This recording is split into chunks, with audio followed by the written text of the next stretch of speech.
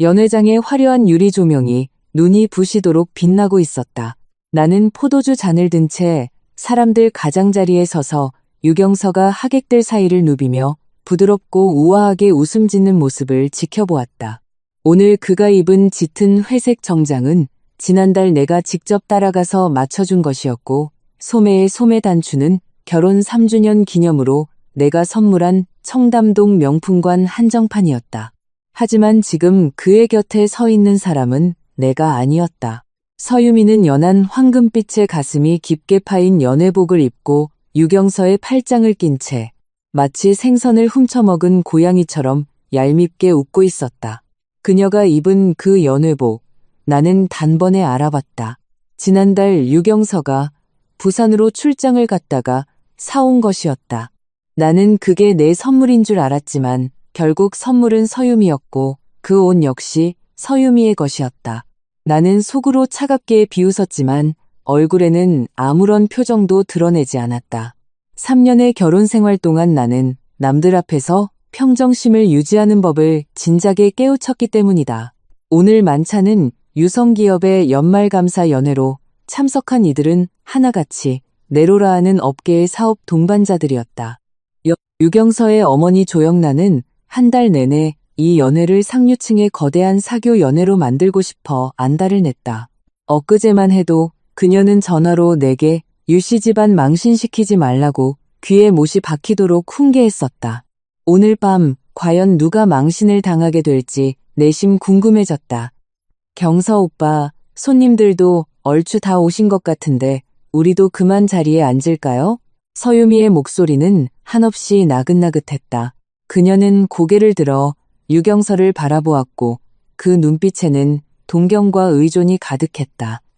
유경서는 고개를 숙여 그녀에게 미소를 지어 보이며 고개를 끄덕였다. 그러고는 서유미의 손을 이끌고 주빈석 바로 옆에 있는 가족석으로 걸어갔다. 그곳은 유씨 집안 식구들이 앉는 자리였다. 유경서의 부모님은 이미 그곳에 앉아 있었다. 조영란은 옆자리의 귀부인과 호흡거리며 웃고 있었고 유덕명은 고개를 숙인 채 휴대전화만 만지작거리고 있었다. 가족석에는 6개의 자리가 마련되어 있었다. 유경서의 부모님, 유경서, 서유미, 유경서의 여동생 유시은, 그리고 원래 내 자리였어야 할 곳. 하지만 지금 그 자리의 식기 앞에는 서유미의 작은 손가방이 떡하니 놓여 있었다.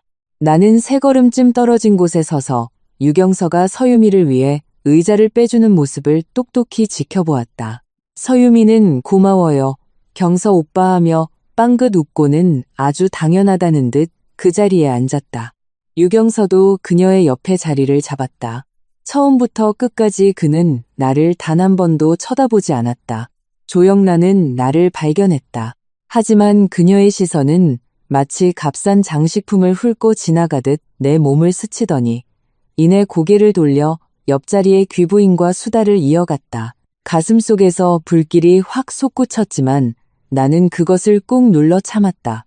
그때 서유미가 고개를 돌리더니 마치 나를 이제야 발견했다는 듯 입을 틀어막으며 어머 하고 가식적인 탄성을 내뱉었다. 지안 언니, 왜 아직 서 계세요?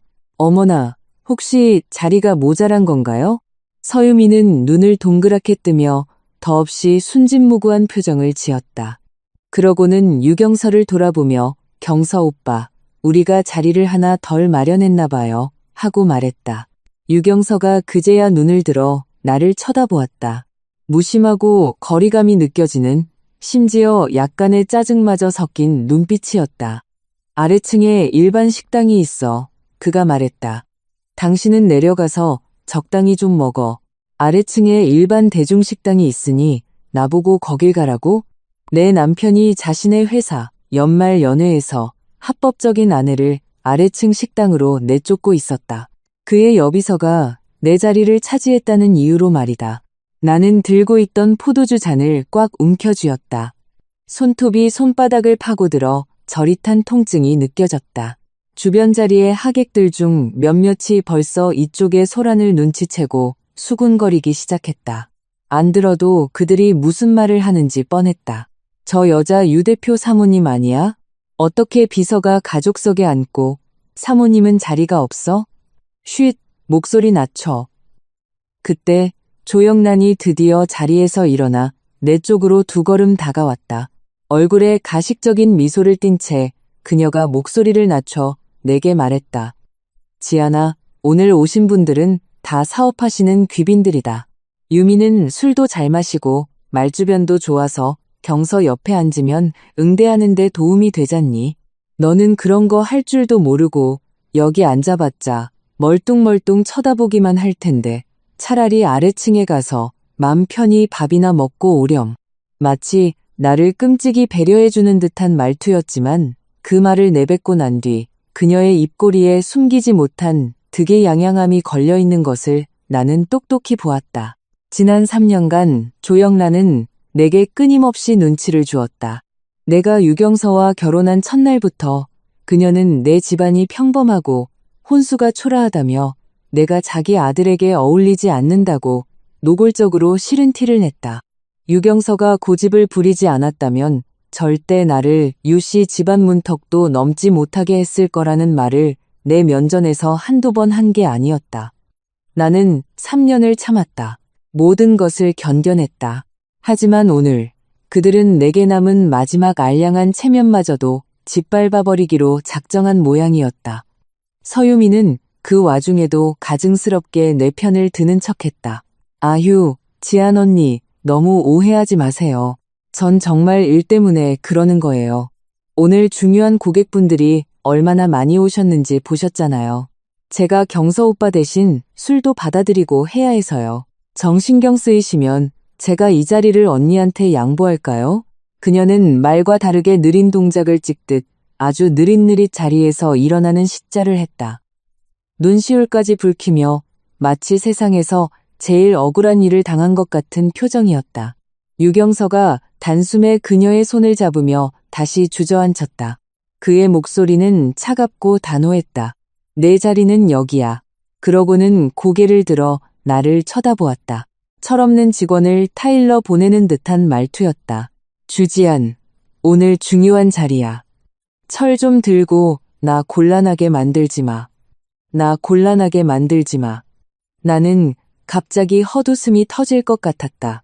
지난 3년간 나는 매일 아침 6시에 일어나 그를 위해 아침을 차렸다. 위가 좋지 않은 그를 위해 매일 메뉴를 바꿔가며 죽을 쓰고 국을 끓였다. 그가 회식에서 술에 잔뜩 취해 돌아오면 새벽 3시까지 침대 곁을 지키며 얼굴을 닦아주고 물을 먹였다. 회사 자금이 부족하다고 했을 때 나는 내 혼수 자금을 전부 그에게 내주었고 우리 엄마가 내게 남겨주신 진주 목걸이마저 전당포에 맡겼다. 시어머니가 나를 구박해도 참았고 시누이가 나를 하녀 부리듯 해도 참았다. 주씨 집안 귀한 딸이었던 내가 한없이 비굴한 전업주부로 살아가며 얻은 대가라고는 그저 나 곤란하게 만들지 마라는 말 한마디였다. 그래, 정말 대단하다. 나는 포도주 잔을 움켜쥐고 있던 손에 힘을 풀었다. 과도하게 힘을 준 탓에 손가락 마디가 하얗게 질려 있었다. 나는 울지도 않았고 소리를 지르지도 않았다. 심지어 그를 2번 다시 쳐다보지도 않았다. 몸을 돌리자 굽 높은 구두가 대리석 바닥에 부딪히며 경쾌한 소리를 냈다. 모든 사람들은 내가 초라하게 아래층 식당으로 쫓겨 내려간다고 생각했을 것이다. 내 등 뒤에서 서유미가 작게 비웃는 소리가 들렸다. 그 웃음소리는 크지도 작지도 않게 내 귀에 정확히 꽂혔다. 하지만 나는 아래층으로 가지 않았다. 나는 연회장 가장 깊숙한 곳에 자리한 주빈석을 향해 곧장 걸어갔다. 나는 주빈석에는 재계의 거물들만 앉아 있었다. 그들 중 누구 하나만 꼽아도 유성기업보다 10배는 덩치가 큰 회사의 수장들이었다. 그리고 그 주빈석 정중앙의 상석에는 50을 간 넘긴 중년 남성이 앉아 있었다. 위험 있는 이목구비에 묵직한 기운을 풍기는 그는 주변에 몰려들어 아부하며 술을 권하는 사람들을 본체만 체하며 천천히 찻잔을 들고 차를 음미하고 있었다. 나는 모든 사람의 시선이 집중된 가운데 주빈석으로 다가가 그의 곁에 비어있던 자리를 빼고 아주 우아하게 착석했다. 순간 연회장 전체의 소음이 확 줄어들었다. 조영란이 가장 먼저 상황을 파악하고 얼굴이 시퍼렇게 질려 빠른 걸음으로 다가왔다. 그녀가 목소리를 지식이며 내게 으르렁거렸다. 주지안, 너 미쳤어? 거긴 진 회장님 자리야. 당장 일어나. 서유미도 겁에 질린 표정으로 따라와 유경서의 옷소매를 잡아 끌며 조그맣게 속삭였다.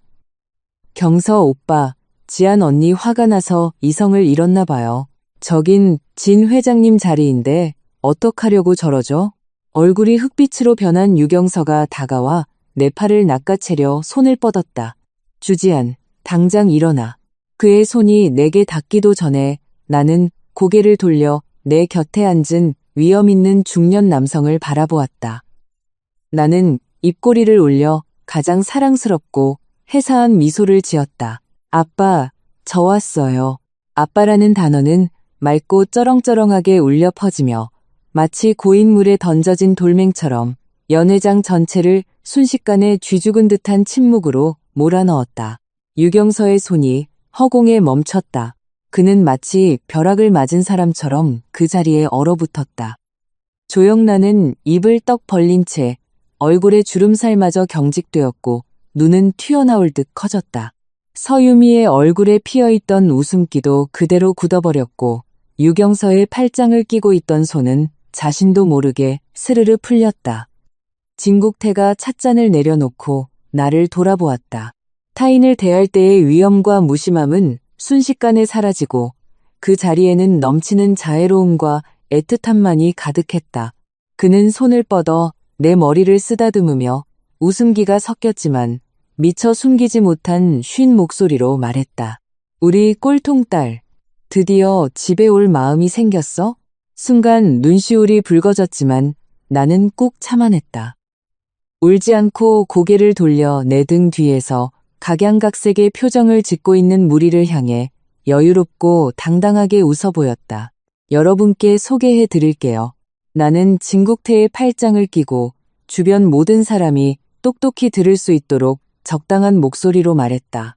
이쪽은 제 아버지, 진그룹 회장 진국태이십니다. 말을 마친 뒤 유경서를 올려다보았다. 그의 얼굴은 종이장처럼 새하얗게 질려 있었다. 나는 그를 향해 아주 부드럽게 미소 지었다. 그의 다리가 풀려버릴 만큼 다정한 미소였다. 여보, 그동안 진 회장님 한번 만나보는 게 소원이라고 했지? 이제 알게 됐네. 이분이 우리 아빠야. 연회장 안은 술잔이 부딪히는 소리조차 들릴 만큼 고요했다. 허공에 멈춘 유경서의 손, 나를 끌어내려던 그 동작은 이제 우스꽝스러운 자세로 굳어버렸다. 그의 입술이 파르르 떨리며 무언가 말하려 했지만 단 한 글자도 내뱉지 못했다. 나는 진국태의 팔짱을 낀 채 단정하고 품위 있게 미소 지었다. 왜 그래, 여보? 항상 진그룹과 협력하고 싶어 했잖아. 나는 오늘 날씨가 참 좋네요. 라고 말하듯 가벼운 말투로 고개를 갸웃거렸다. 우리 아빠가 여기 계시는데 이 기회에 술 한 잔 안 올릴 거야? 유경서의 목을 대가 크게 한번 출렁였다. 그 등 뒤에 선 조영란의 얼굴은 시퍼렇게 질렸다가 이제는 하얗게 질려 있었다. 그녀는 나와 진국태를 번갈아 보며 입술을 사시나무 떨듯 떨었다. 평소 나를 벌레 보듯 헐뜯기 바빴던 그녀의 눈동자에 처음으로 지독한 공포가 서려 있었다. 이게 어떻게 가능해? 조영란이 모기만한 목소리로 중얼거렸다. 쟤는 분명 뭡니까? 진국태가 입을 열었다. 큰 소리도 아니었고 오히려 차분하기까지 했다. 하지만 연회장 전체의 온도가 순식간에 3도쯤 뚝 떨어지는 듯 했다. 수군거리던 하객들은 모두 입을 다물었고 술잔을 나르던 종업원들마저 제자리에 멈춰섰다. 진국태는 자리에서 일어나지도 않았고 조영란을 쳐다보지도 않았다. 그저 찻잔을 든 채 뚜껑으로 찬물 위에 뜬 거품을 가볍게 걷어낼 뿐이었다. 도자기가 부딪히는 맑고 서늘한 소리만이 울려 퍼졌다. 나 진국태의 딸이 당신들 유씨 집안에서 3년 동안 고생을 했더군요. 그가 찻잔을 테이블에 내려놓고 마침내 눈을 들어 유경서를 지나 조영란에게 시선을 고정했다. 그 눈빛에 압도당한 조영란은 무의식 중에 뒷걸음질을 쳤다. 진 회장님. 이건 다 오해입니다. 전부 오해예요. 유덕명이 그제야 충격에서 헤어나와 단숨에 달려왔다. 잔뜩 긴장한 탓에 볼살이 덜덜 떨리고 있었다. 저희는 지안이가 회장님 따님인 줄 몰랐습니다. 진작 알았더라면 조금 더 잘해줬을 거라고요? 진국태가 그의 말을 끊었다.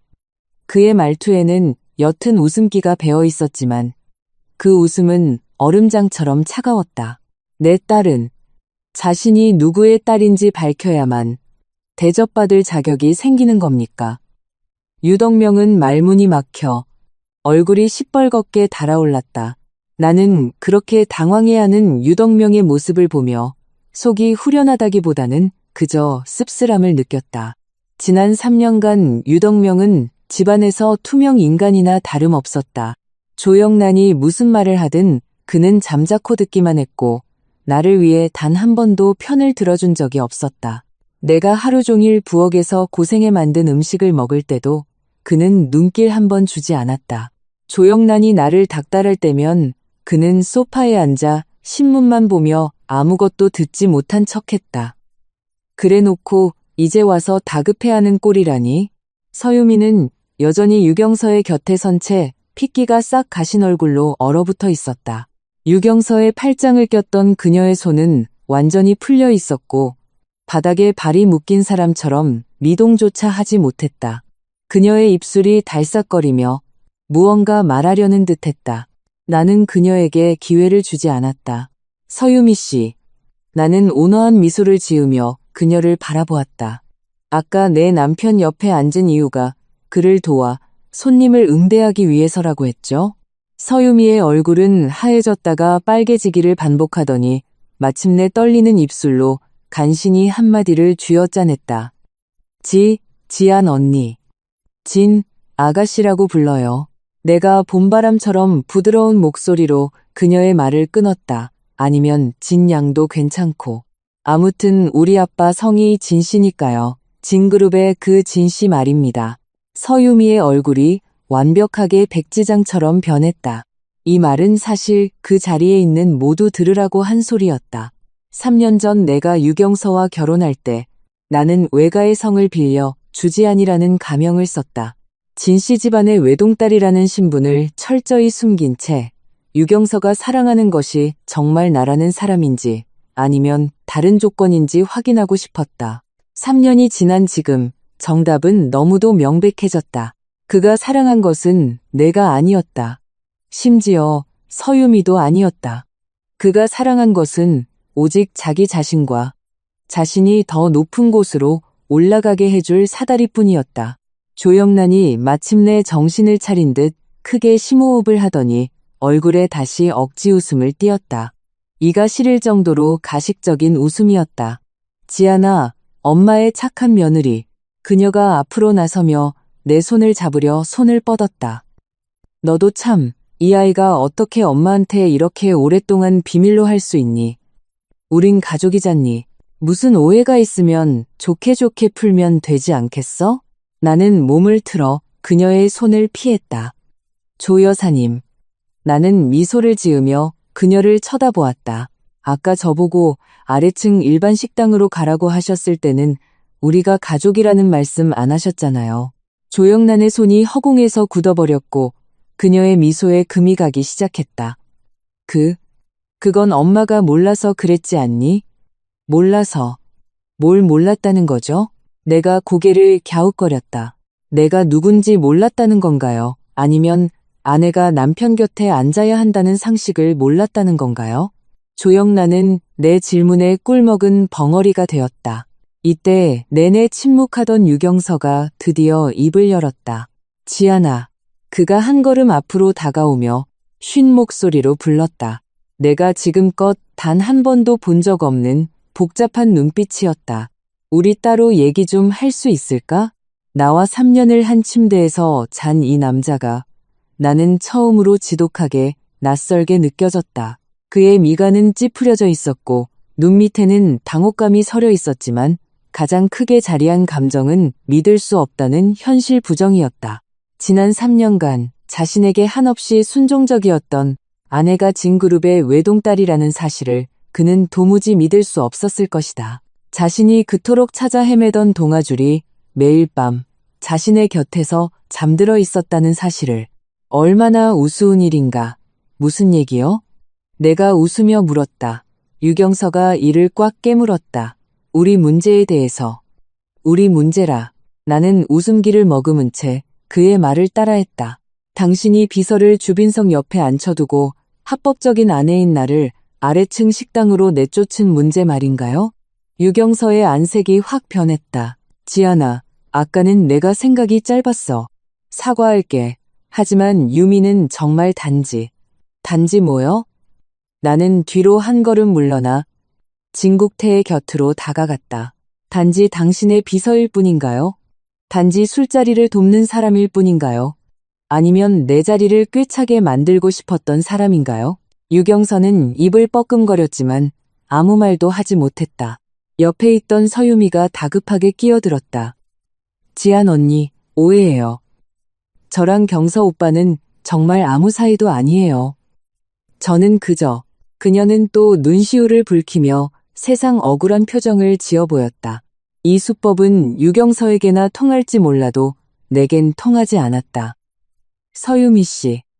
나는 미소를 유지한 채 그녀를 쳐다보았다. 당신과 내 남편이 무슨 사이인지 나는 조금도 관심 없어요. 지금 내가 관심 있는 건 딱 하나예요. 당신이 내 자리를 차지하고 내 남편 옆에 앉아 내 남편이 사준 연회복을 입고 내 남편의 가족 카드를 긁고 다닌 거. 이거 어떻게 다 토해낼 건가요? 서유미의 속눈썹에 눈물이 맺힌 채 그녀는 완전히 얼어붙었다. 무슨 연회복이요? 무슨 카드요? 그녀가 반사적으로 발뺌하려 들었다. 당신이 지금 입고 있는 그 연한 황금빛 연회복, 부산 해운대 명품거리의 해송 매장 한정판이죠. 가격은 한화로 700만 원. 나는 그녀의 위아래를 훑어보았다. 내 남편이 지난달 출장 갔을 때 산 거잖아요. 그때 나 없이 혼자 갔었는데 돌아와서는 나한테 아무것도 사오지 않았다고 했죠. 서유미의 얼굴은 완벽한 잿빛으로 변했고 유경서의 동공이 미친 듯이 요동쳤다. 지아나, 그걸 어떻게 알았어? 어떻게 알았냐고요? 나는 웃음을 터뜨리며 그를 바라보았다. 당신 신용카드 명세서 매달 내가 정리하잖아. 당신이 서유미한테 돈을 얼마나 쏟아부었는지 내가 모를 줄 알았어? 귀찮아서 묻지 않았을 뿐이야. 유경서의 얼굴은 푸르락 누르락 변하다가 입술을 달싹이더니 간신히 한마디를 뱉어냈다. 당신 내 뒷조사를 했어? 뒷조사? 나는 세상에서 제일 웃긴 농담이라도 들은 것처럼 반응했다. 명세서가 집으로 날아오길래 무심코 뜯어본 것뿐이야. 왜 돈 쓸 땐 배짱이 넘치더니 남이 알게 되는 건 두려웠어? 주변 하객들의 수군거림이 점점 커졌다. 재계 핵심 인사들은 대놓고 구경하진 않았지만 귀는 모두 이쪽으로 활짝 열어두고 있었다. 진그룹 외동딸의 치정극을 누가 놓치고 싶겠는가. 그때 진국태가 자리에서 일어났다. 그가 일어서자 연회장 전체의 소음이 다시 쥐죽은 듯 가라앉았다. 진국태는 체격이 아주 큰 편은 아니었지만 오랫동안 최고의 자리에 군림해온 자 특유의 기백만으로도 사람들을 절로 주눅들게 만들었다. 됐어. 그가 손을 저으며 오늘 날씨를 이야기하듯 무심하게 말했다. 지아나, 아빠랑 집에 가자. 그러고는 유경서를 바라보았다. 분노나 불만조차 담기지 않은 그저 나와 상관없는 하찮은 것을 바라보는 듯한 짙고 무거운 눈빛이었다. 유 대표, 그가 말했다. 연회는 계속 진행하시지요. 유경서는 그 유 대표라는 호칭에 얼굴의 핏기가 흔적도 없이 사라졌다. 진국태는 더 이상 그를 쳐다보지 않고 내 손을 잡고 연회장 출구 쪽으로 걸어갔다. 나는 그의 곁에 서서 대리석 바닥 위로 굽 높은 구두 소리를 경쾌하고 여유롭게 울리며 걸었다. 조영란의 곁을 지나칠 때 그녀가 갑자기 내 손목을 덥석 잡았다. 지아나, 그녀의 목소리에는 울음이 섞여 있었다. 너 가면 안 돼. 넌 유씨 집안 며느리야. 네 친정 아버지를 따라가 버리면 어쩌란 말이니? 나는 걸음을 멈추고 그녀의 손을 내려다보았다. 너무 세게 움켜쥔 탓에 그녀의 손가락 마디가 하얗게 질려 있었고 손톱이 내 손목을 파고들어 저릿했다. 이거 놔요. 내 목소리는 크지 않았지만 조영란은 불에 댄 사람처럼 화들짝 손을 뗐다. 나는 지난 3년간 나를 차갑게 노려보던 시어머니를 마주보았다. 지금 그녀는 눈시울이 붉어지고 화장이 다 번진 채 한없이 처량해 보였다. 하지만 내 마음속에는 일말의 동요조차 잃지 않았다. 조 여사님. 나는 미소 지으며 말했다. 안녕히 계세요. 그러고는 진국태의 팔짱을 낀 채 단 한 번도 뒤돌아보지 않고 연회장을 빠져나왔다. 등 뒤로 조영란의 울음 섞인 비명이 들려왔다. 이 일을 어떻게 해? 이제 어떡하면 좋아. 이어서 유덕명의 분노에 찬 고함 소리가 들렸다. 이게 다 당신 때문이야. 당신이 매일 며느리한테 눈치만 안 줬어도 이 지경까지 왔겠어? 당신이 나를 탓해. 당신 아들이 한 짓을 봐. 비서년이나 끼고 돌면서 금이야 오기야 하더니 꼴 좋다. 엄마, 아빠, 제발 그만 좀 하세요. 마지막으로 들린 건 유경서의 쉰 목소리였다. 내 등 뒤에서 육중한 문이 천천히 닫히며 그 모든 소란스러운 소음들을 다른 세계로 격리시켰다. 복도는 쥐죽은 듯 고요했고 푹신한 카펫이 모든 발소리를 삼켜버렸다. 진국태의 팔짱을 끼고 걷던 나는 문득 코끝이 찡해지며 눈시울이 뜨거워지는 것을 느꼈다. 나는 그의 어깨에 머리를 기대고 눈을 질끈 감아 눈물을 꼭 참아냈다. 아빠, 내가 조그맣게 불렀다. 응? 나 엄마가 끓여주는 한우 전복 갈비탕 먹고 싶어요. 진국태의 걸음이 아주 잠깐 멈칫했다. 그러고는 손을 뻗어 내 머리를 부드럽게 쓰다듬었다. 아주 어릴 적 나를 재워줄 때처럼 조심스럽고 다정한 손길이었다. 네 엄마가 너 집에 온다는 소식 듣고 사흘 전부터 고왔어. 전복도 수산시장에서 제일 튼실한 놈으로만 고르고 갈비도 툭불 한우로만 골라왔단다. 네 오빠가 너 데리러 공항 갈 때도 네 엄마는 부엌에서 솥단지만 쳐다보고 있었어. 나는 푹하고 웃음을 터뜨렸지만 참았던 눈물은 결국 뺨을 타고 흘러내렸다. 가자. 진국태가 말했다. 집에. 응. 평창동 본가에 도착했을 때 엄마는 정말로 부엌을 지키고 있었다. 현관문을 열기도 전에 진한 한우 갈비탕 냄새가 풍겨왔다. 그 냄새는 3년의 시간을 훌쩍 뛰어넘어 나를 순식간에 어린 시절로 데려갔다. 앞치마도 풀지 않은 채 뚝배기를 들고 부엌에서 나온 엄마는 나를 보자마자 눈시울을 붉혔다. 살이 쏙 빠졌네. 엄마는 내 얼굴을 감싸쥐고 이리저리 살폈다. 턱이 아주 뾰족해졌어. 유씨 집안에서 밥도 안 먹였니? 엄마. 나는 웃으며 엄마의 손을 맞잡았다. 나 혼자서도 밥 잘해 먹어. 굶을 일 없어. 네가 밥을 한다고? 엄마가 눈을 동그랗게 떴다. 너 친정에 있을 때는 계란 부침 하나 할 줄 몰랐잖아. 유씨 집안에 들어가서 식구들 밥을 네가 해다 바쳤어? 엄마는 이내 얼굴을 차갑게 굳혔다. 옆에 있던 진국태가 헛기침을 하며 침묵을 지켰다. 엄마는 나를 3초간 빤히 쳐다보더니 식탁 위에 뚝배기를 콱 내려놓고 앞치마를 벗어 의자 등받이에 휙 던졌다. 목소리가 얼음장처럼 차가워졌다. 유성기업, 아주 겁도 없네. 엄마는 화를 내거나 책상을 내리치지도 않았고 그저 짧은 한마디를 내뱉었을 뿐이다. 하지만 나는 우리 엄마를 잘 안다. 엄마가 차분할수록 그건 머리끝까지 화가 났다는 뜻이다. 예전에 어떤 경쟁사 대표가 연회에서 우리 아빠에게 무례하게 굴었을 때도 엄마는 딱 이런 말투로 저 사람 2번 다시 내 눈앞에 안 보였으면 좋겠네 라고 말했었다. 그리고 석 달 뒤 그 회사는 업계에서 완전히 퇴출당했다. 엄마, 우선 밥부터 먹자. 국 식으면 맛없잖아. 내가 말했다. 엄마는 나를 흘끗 보더니 유씨 집안 이야기는 더 이상 꺼내지 않고 돌아서서 수저를 챙겨왔다. 식탁 위에는 내가 좋아하는 반찬들로 가득했다. 한우 갈비탕 말고도 보리굴비찜, 소갈비찜, 간장게장까지. 모든 반찬이 엄마가 직접 만든 내가 3년 동안 간절히 그리워했던 맛이었다. 고개를 숙여 따뜻한 국물을 한 모금 넘기자 뜨거운 김이 얼굴에 확 끼쳐오며 또다시 눈시울이 시큰해졌다. 지아나, 진국태가 수저를 내려놓고 나를 쳐다보았다. 어떻게 할 생각이니? 아빠가 묻는 것이 밥투정이나 반찬 이야기가 아니라는 걸 나는 잘 알고 있었다. 숟가락을 내려놓고 입가를 닦으며 말했다. 아빠, 내일 강 변호사님 좀 연락해줘요. 진국태의 한쪽 눈썹이 꿈틀했다. 이혼할 거예요. 나는 아주 덤덤하게 말했다. 유경서 명의의 재산은 단 10원 한 장도 필요 없어요. 하지만 지난 3년 동안 그 남자가 서유미한테 쏟아부은 돈은 전부 부부 공동 재산이에요. 그건 한 푼도 빠짐없이 토해내게 할 거예요. 그게 다야? 진국태가 물었다. 나는 가볍게 웃었다. 설마요.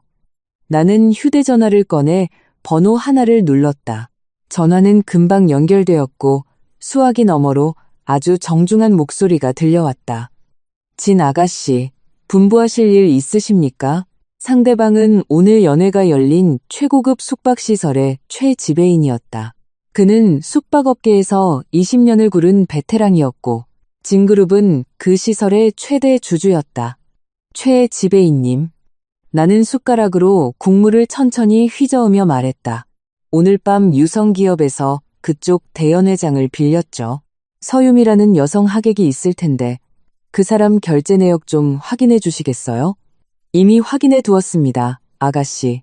최 지배인이 목소리를 살짝 낮췄다.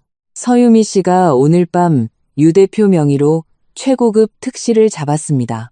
반값은 유성기업 법인카드로 결제되었고요.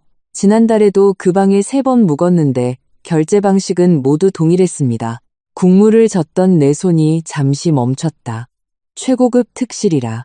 내가 유경서와 3년을 살면서 그는 나를 단 한 번도 그런 특실에 데려간 적이 없었다. 우리 신혼여행 때 묵은 곳도 그저 그런 일반 숙박시설의 일반 객실이었다. 조영란이 돈을 아끼는 것이 미덕이라고 했기 때문이다. 그런데 이제 와서 서유미에게는 최고급 특실을 잡아주다니. 참으로 넉넉한 인심이 아닐 수 없었다. 최 지배인님, 번거로우시겠지만 오늘 밤 특실 숙박 기록을 화면으로 저장해서 좀 보내주세요.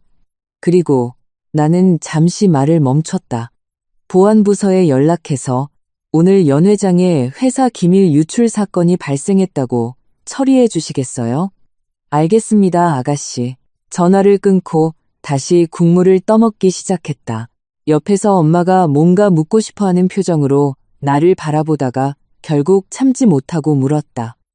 지아나, 그 서유미라는 애 말이야. 걔랑 유경서랑 혹시 엄마. 내가 웃으며 엄마의 말을 끊었다. 그런 구질구질한 이야기는 엄마 귀에 들어가게 하고 싶지 않아요. 엄마는 입술을 꾹 다물더니 더는 묻지 않았다. 1시간 뒤 최 지배인에게서 전화가 왔다. 아가씨, 보안부서에서 서유미 씨를 확보했습니다. 유성기업 계좌에서 거액의 자금을 빼돌리려다 내부 전산망에 적발되었습니다. 그녀의 휴대전화에는 유성기업 내부 문서 사진도 대량으로 발견되었습니다. 고객 명단과 입찰 견적서까지 포함해서요. 나는 소파에 깊숙이 기대앉아 입꼬리를 말아올렸다. 경찰엔 신고했나요? 아직요. 아가씨의 지시를 기다리고 있었습니다. 신고하세요. 내가 대답했다. 기업 기밀 유출에 횡령 금액도 적지 않으니 정식으로 입건될 겁니다. 전화를 끊고 휴대전화를 탁자 위에 올려놓았다. 창밖은 칠흑같이 어두웠고 평창동 본가마당에 심어진 은행나무 잎사귀들이 바람에 스산하게 흔들렸다. 눈을 감고 소파에 기대어 있는데 문득 유경서의 얼굴이 떠올랐다. 지금 그는 어떤 표정을 짓고 있을까? 충격일까? 분노일까? 아니면 자신이 건드려서는 안 될 사람을 건드렸다는 사실을 뒤늦게 깨달은 절망일까? 굳이 알고 싶지도 않았다. 다음 날 아침 일찍부터 내 휴대전화는 불이 나게 울려댔다. 먼저 유경서의 부재중 전화가 10여 통 찍혀 있었다. 단 한 통도 받지 않았다. 그 다음은 조영란이 5통, 역시 받지 않았다. 마지막으로 유덕명의 전화가 한 통 걸려왔다. 그 전화는 받았다. 지아나, 드디어 전화를 받았구나. 유덕명의 목소리는 다급하고 당황한 기색이 역력했다. 서 비서가 경찰에 끌려갔어. 경찰이 기업 범죄 혐의라는데 경서가 지금 미치려고 한다. 지아나, 네가 혹시... 아버님. 나는 차분한 목소리로 그의 말을 끊었다. 지금 저한테 뭐라고 부르셨어요? 수화기 너머에서 잠시 정적이 흐르더니 그가 더듬거렸다. 지아나. 예전에는 저보고 주씨 집안 딸내미라고 부르시지 않으셨나요? 나는 미소 지으며 물었다. 오늘은 호칭이 왜 그렇게 싹 바뀌셨어요? 유덕명의 거친 숨소리만 들려올 뿐 그는 한참 동안 아무 말도 하지 못했다.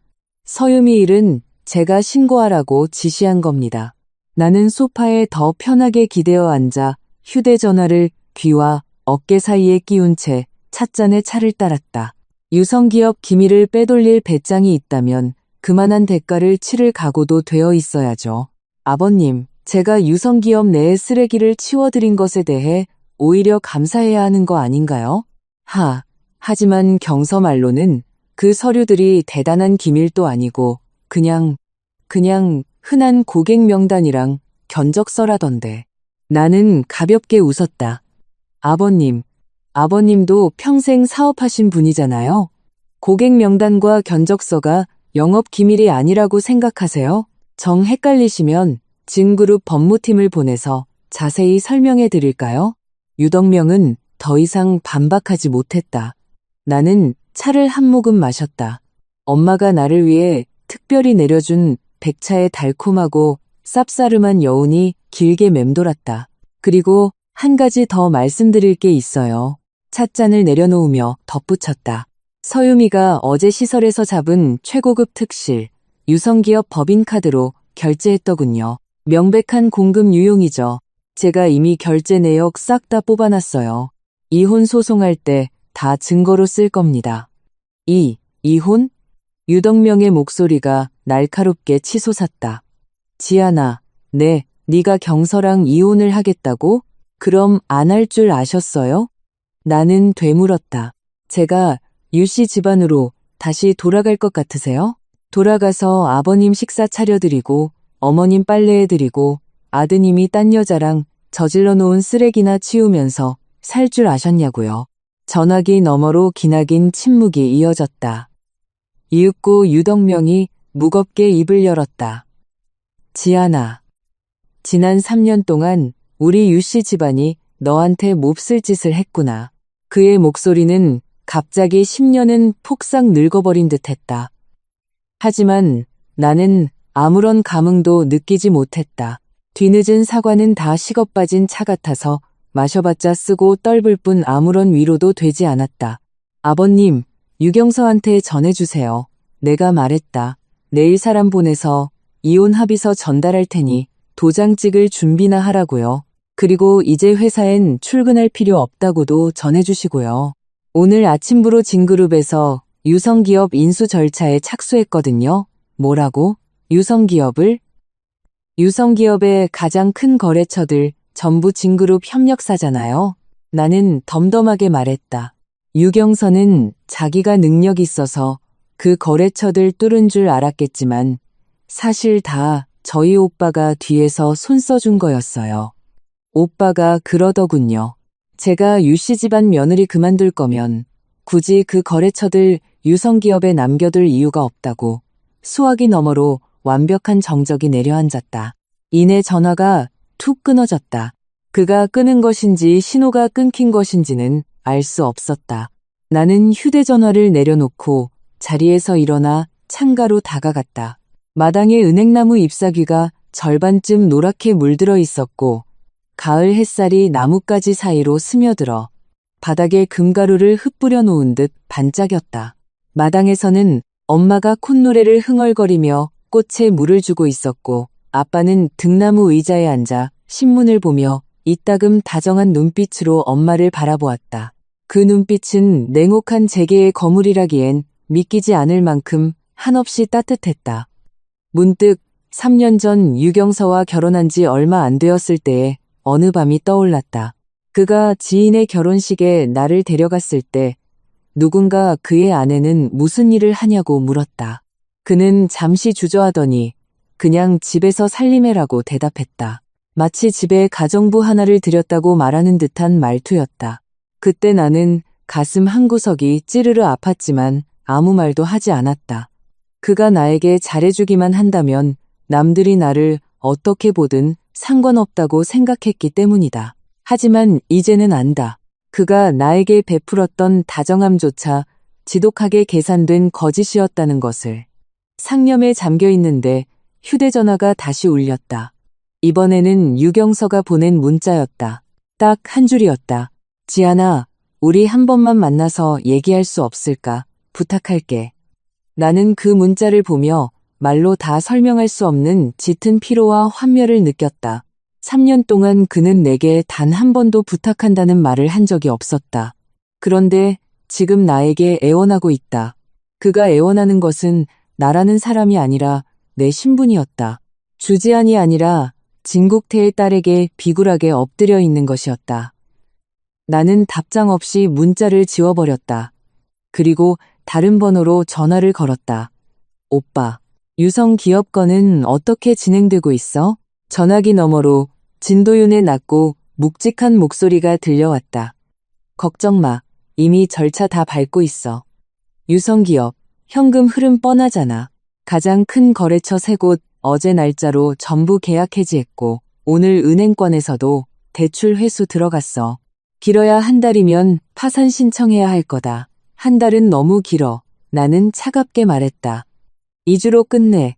진도윤이 픽 웃음을 터뜨렸다. 알았어. 딱 2주. 전화를 끊고 다시 마당의 은행나무 잎을 멍하니 바라보았다. 바람이 불자 노란 잎사귀들이 우수수 떨어지며 마치 황금빛 비가 내리는 것 같았다. 유경서는 우리 집 대문 밖에서 꼬박 반나절을 서 있었다. 2층 창문으로 내려다보니 평창동 본가 철문 밖에 선 그의 꼴이 말이 아니었다. 정장은 구겨질 대로 구겨져 있었고 넥타이는 어디로 내팽개쳤는지 보이지 않았다. 헝클어진 머리칼에 그에게서 한 번도 본 적 없는 비참함이 온몸에서 뚝뚝 묻어났다. 가을비는 예고 없이 찾아왔다. 오후 3시쯤 되자 하늘이 갑자기 시커멓게 변하더니 굵은 빗방울이 후드득 후드득 떨어지기 시작했다. 유경서는 우산도 쓰지 않은 채 비를 고스란히 맞고 서 있었다. 빗물이 머리카락을 타고 뚝뚝 흘러내렸고 정장 재킷은 무겁게 젖어 들어갔다. 영락없이 물에 빠진 생쥐꼴이었다. 하지만 그는 도망치지도 비를 피하지도 않고 그저 철문 밖에서 2층 내 방창문만 뚫어지라 올려다보고 있었다. 내가 자기를 지켜보고 있다는 걸 그도 알고 있을 터였다. 나는 일부러 커튼을 치지 않았다. 새 차를 내오던 박아주머니가 머뭇거리다 조심스레 입을 열었다. 아가씨, 밖에 저 유서방. 아니 유씨, 벌써 3시간 넘게 서 있어요. 비도 많이 오는데 우산이라도 하나 줘야. 됐어요. 나는 책장을 넘기며 무심히 대답했다. 서 있고 싶다는데 놔두세요. 박 아주머니는 더 이상 아무 말도 하지 않고 찻주전자를 내려놓은 뒤 방을 나갔다. 30분쯤 뒤 진국태가 돌아왔다. 진국태의 검은색 고급 승용차가 철문 앞에 멈춰서자 운전기사가 우산을 받쳐들고 차문을 열었다. 진국태의 차를 본 유경서는 그를 향해 미친 듯이 달려들었지만 경호원들에게 세 걸음 밖에서 제압당했다. 아, 아버님, 아니 진 회장님. 제발 지안이 한 번만 만나게 해주십시오. 부탁드립니다. 빗소리를 뚫고 들려오는 유경서의 목소리는 짐승의 쉰 울음소리처럼 다급했다. 진국태는 우산을 쓴 채 빗속에서 유경서를 물끄러미 바라보았다. 무심하기 짝이 없는 표정이었다. 유 대표. 그가 말했다. 내게 자네 같은 사위가 있었던 기억은 없네만. 그러고는 유경서를 지나쳐 곧장 대문 안으로 걸어 들어왔다. 유경서는 그를 쫓아가려 발버둥 쳤지만 2명의 경호원에게 양팔을 단단히 붙잡혀 끌려갔다. 빗속에서 발악하는 그의 목소리는 짐승의 포효에서 처절한 애원으로 변해갔다. 지안아, 지안아, 제발 한 번만 나와줘. 내 말 좀 들어봐. 내가 다 설명할게. 나는 책을 덮고 일어나 창가로 다가갔다. 빗물이 창유리에 부딪혀 시야를 뭉개 놓았지만 빗속에서 일그러진 유경서의 형체는 흠뻑 젖어 찢겨나간 그림처럼 흉측했다. 창문을 열자 비냄새가 확 끼쳐왔다. 흙냄새와 지식여진 풀향기가 섞인 냄새였다. 내가 창문을 여는 것을 본 유경서는 갑자기 미친 듯이 힘을 주어 경호원들을 뿌리치고 철문 앞으로 달려들었다. 철창을 2손으로 부여잡고 고개를 한껏 젖혀 나를 올려다보았다. 지안아, 빗소리에 파묻혀 뚝뚝 끊기는 목소리로 그가 외쳤다. 드디어 날 봐주는구나. 내 말 좀 들어봐. 유미는 정말 비서일 뿐이야. 나랑 걔 사이엔 아무 일도 없었어. 그 옷도 걔가 지 돈으로 산 거고 법인카드로 특실을 잡은 것도 다 그 여자가 멋대로 한 짓이야. 난 정말 아무것도 몰랐어. 나는 창틀에 기대어 그를 서늘하게 내려다보았다. 다 짓거렸어? 내가 물었다. 유경서가 흠칫 놀라 입을 다물었다. 유경서, 내가 아주 느릿느릿 또박또박 말했다. 네가 지금 입고 있는 그 정장, 내가 맞춤집 따라가서 골라준 거지. 600만 원짜리. 네 소매에 달린 소매단추, 내가 결혼 3주년 선물로 사준 청담 명품 한정판. 350만 원. 그리고 네 발에 신겨진 그 구두, 우리 엄마가 남겨주신 진주 목걸이 전당포에 팔아서 사준 거잖아. 450만 원짜리. 유경서는 고개를 숙여 자신이 입고 있는 옷을 바라보더니 입술을 파르르 떨었다. 내가 사준 옷을 입고 내가 사준 단추를 달고 우리 집 문 앞에 서서 다른 여자랑 아무 사이도 아니었다고 변명하면 내가 비웃었다. 내가 믿을 것 같니? 유경서의 뺨에 흐르는 것이 빗물인지 눈물인지 구분이 가지 않았다. 그의 눈시울이 시뻘겋게 달아올랐다. 지안아, 내가 잘못했어. 그의 목소리는 누군가에게 모든 기력을 빼앗긴 듯 푹 꺾여 있었다. 내가 죽일 놈이야. 널 아래층 식당으로 내쫓는 게 아니었는데, 내 옆자리에 서유미를 앉히는 게 아니었는데, 지난 3년 동안 널 그렇게 방치하는 게 아니었는데, 나한테 딱 한 번만 기회를 줘. 한 번만. 내가 다 고칠게. 전부 다 고칠게. 고친다고? 내가 고개를 갸웃거렸다. 뭘 고칠 건데? 서유미 내보낼게. 지금 당장 자를게. 그리고 그가 이를 꽉 깨물었다. 우리 엄마한테 너한테 사과하라고 할게. 제대로 보상하라고 할게. 지안아, 우리 처음부터 다시 시작하자. 응? 제발 다 없었던 일로 해줘. 나는 그를 쳐다보며 갑자기 지독한 피로감을 느꼈다. 유경서, 내가 너랑 이혼하려는 게 서유미 때문인 줄 알아? 그가 멍한 표정으로 굳어버렸다. 아니야, 나는 고개를 저었다. 서유미는 그냥 기폭제였을 뿐이야. 서유미가 없었어도 이유미, 박유미, 최유미가 있었겠지. 문제는 그 여자들이 아니야. 바로 너와 나 사이의 문제지. 유경서의 목소리에 깊은 혼란이 묻어났다. 내가 뭘 어쨌는데? 지안아, 내가 널 서운하게 한 건 맞지만 난 널 두고 딴짓한 적은 맹세코 없어. 바람 피운 적 없다고. 그래, 바람은 안 피웠지. 내가 비웃었다. 넌 그냥 네 엄마가 날 쓰레기 취급할 때 고개 숙이고 밥만 처먹으면서 한마디도 안 했을 뿐이고, 네 동생이 날 하녀 부리듯 할 때 못 본 척 눈 감아줬을 뿐이야. 네가 내 옆에 서서 내 편을 들어줘야 할 수많은 순간들에 넌 그저 침묵을 선택했을 뿐이라고. 유경서의 입술이 달싹였지만 어떤 변명도 나오지 않았다. 지난 3년 동안 난 참을 수 있는 건 다 참았고 참지 말아야 할 것까지 모조리 참아냈어. 내 목소리는 나와는 전혀 상관없는 남의 이야기를 하듯 차분했다. 내가 왜 그랬는지 알아? 왜냐고? 네가 그럴 만한 가치가 있는 사람인 줄 알았으니까. 네가 내게 베푸는 그 알량한 다정함이 내가 겪는 수모를 다 견뎌낼 만큼 가치가 있다고 착각했으니까. 하지만 어젯밤에 확실히 알았어. 그럴 가치, 눈꼽만큼도 없다는 거. 유경서의 손이 철창에서 스르르 미끄러져 내렸다. 그는 마치 뼈가 다 발라진 사람처럼 빗물이 고인 바닥에 털썩 주저앉았다. 지아나. 빗소리를 뚫고 들려오는 그의 목소리는 우물 밑바닥에서 울리듯 절망적이고 무거웠다. 돌아가. 나는 창문을 닫았다. 이혼 서류는 내일 회사로 보낼 테니까. 나는 커튼을 쳐서 창밖의 거센 빗줄기와 비참한 유경서의 꼴을 한꺼번에 가려버렸다. 등 뒤에서 발소리가 들렸다. 돌아보니 아빠가 따뜻한 차 2잔을 들고 방문 앞에 서 있었다. 다 말했니? 그가 물었다. 네. 진국태가 다가와 내게 찻잔 하나를 건네고 자신도 소파에 앉으며 차를 음미했다. 아직 밖에서 무릎 꿇고 있던데 아빠는 차를 한 모금 삼키고 말을 이었다. 이 비가 내일 아침까지 내리면 폐렴 걸리기 딱 좋겠어. 얼어 죽든 말든 제할 바 아니에요. 나는 아빠 맞은편에 앉아 찻잔으로 얼어붙은 손을 녹이며 쏘아붙였다.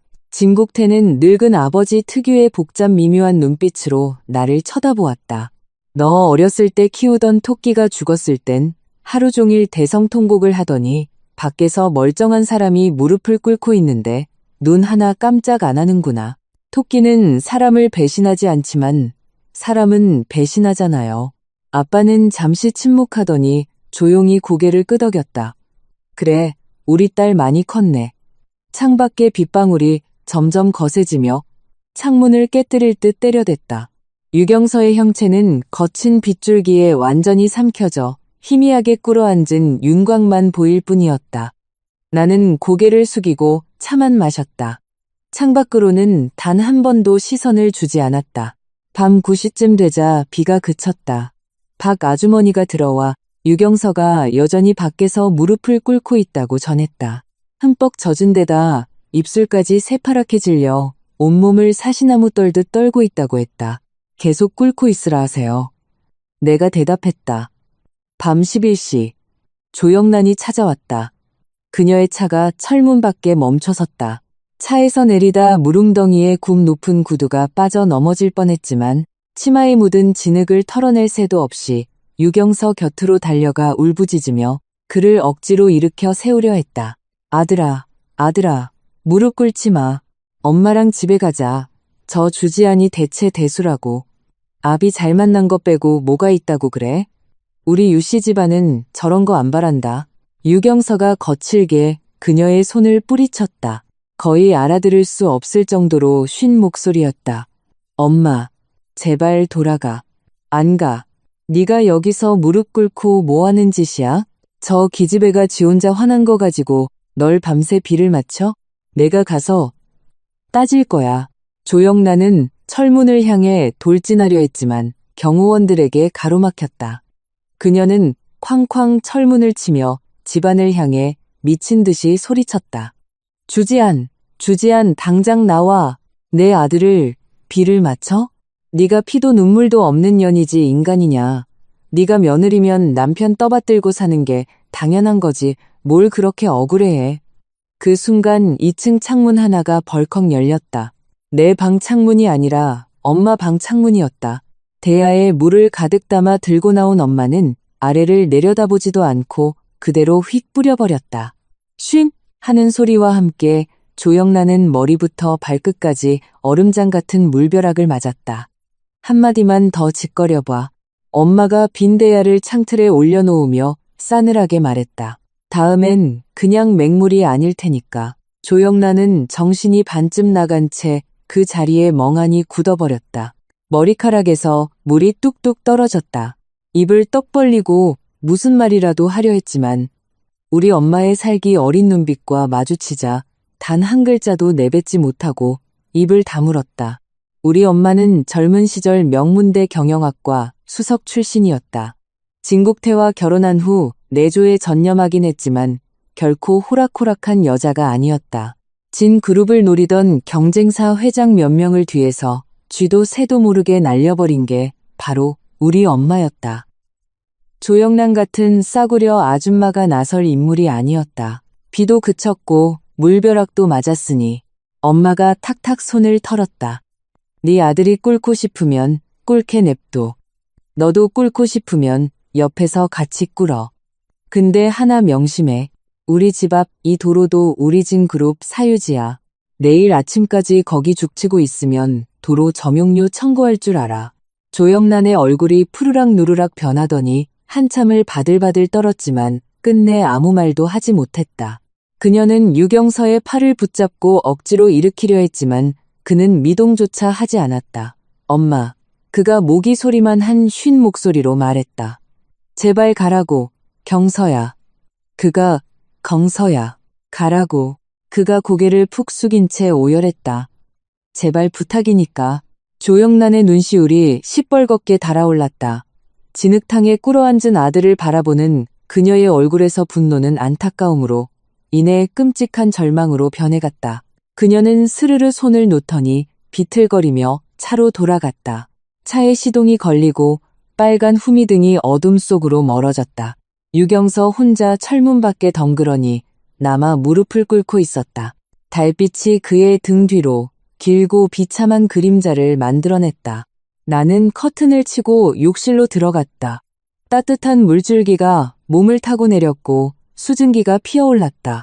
눈을 감자 3년 전 여름날이 묘하게 겹쳐졌다.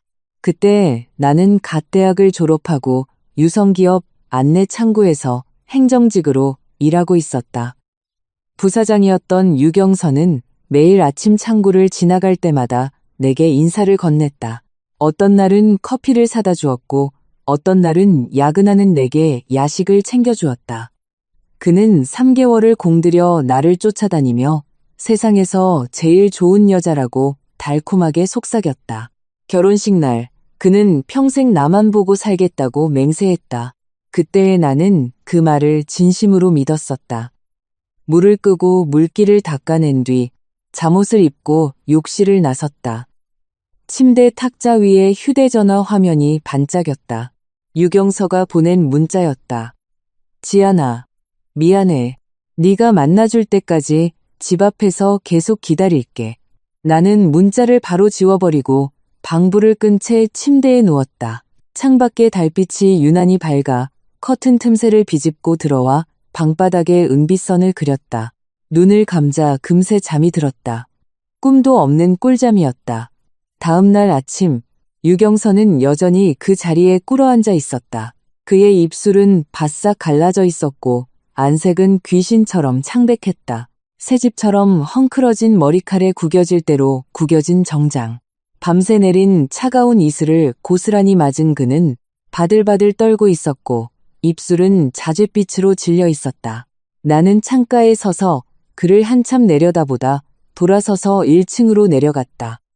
아침을 준비하던 바가주머니가 나를 보자 대문 밖을 흘끔거리며 망설이는 눈치였다. 아가씨, 밖에 저 유서방. 아침 식사 하나 포장해 주세요. 내가 지시했다. 그리고 강 변호사님 오시라고 연락해 주시고요. 박 아주머니가 멈칫하더니 고개를 끄덕였다. 내가 현관문을 열자 눈부신 아침 햇살이 쏟아졌고 공기 중에는 간밤의 비냄새가 축축하게 남아 있었다.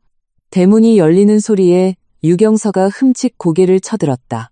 그의 흐리멍덩한 눈빛에 찰나의 희망이 번쩍였다. 지안아, 사포로 긁는 듯 쇳소리가 나 도무지 알아듣기 힘든 목소리였다. 나는 철창 가까이 다가가 그를 내려다보았다. 하룻밤의 비바람과 냉기가 그를 사람꼴이 아니게 만들어 놓았다. 세상에 버려진 유기견처럼 웅크린 그를 향해 말했다. 들어와, 아침 좀 먹고. 그리고 서류에 도장 찍고 끝내자. 유경서의 눈시울이 확 붉어졌다. 그는 발버둥치며 일어나려 했지만 밤새 무릎을 꿇은 탓에 다리에 감각이 없었다. 두세 번 헛발질을 하더니 결국 옆에 있던 경호원들이 그의 양팔을 잡아 끌어 거실로 질질 끌고 들어왔다. 물이 뚝뚝 떨어지는 몸으로 소파에 주저앉자 최고급 가죽 소파에 시커먼 물자국이 번졌다. 나는 서류 봉투를 그 앞에 휙 던졌다. 이혼 합의서. 도장 찍어. 그럼 우리 관계도 끝이야. 유경선은 서류를 쳐다보지도 않았다. 토끼처럼 뻘겋게 충혈된 눈으로 나만 뚫어지라 쳐다보며 파르르 떨리는 입술을 열었다. 지아나, 정말 되돌릴 수 없는 거야. 없어. 내가 다 바꿀게.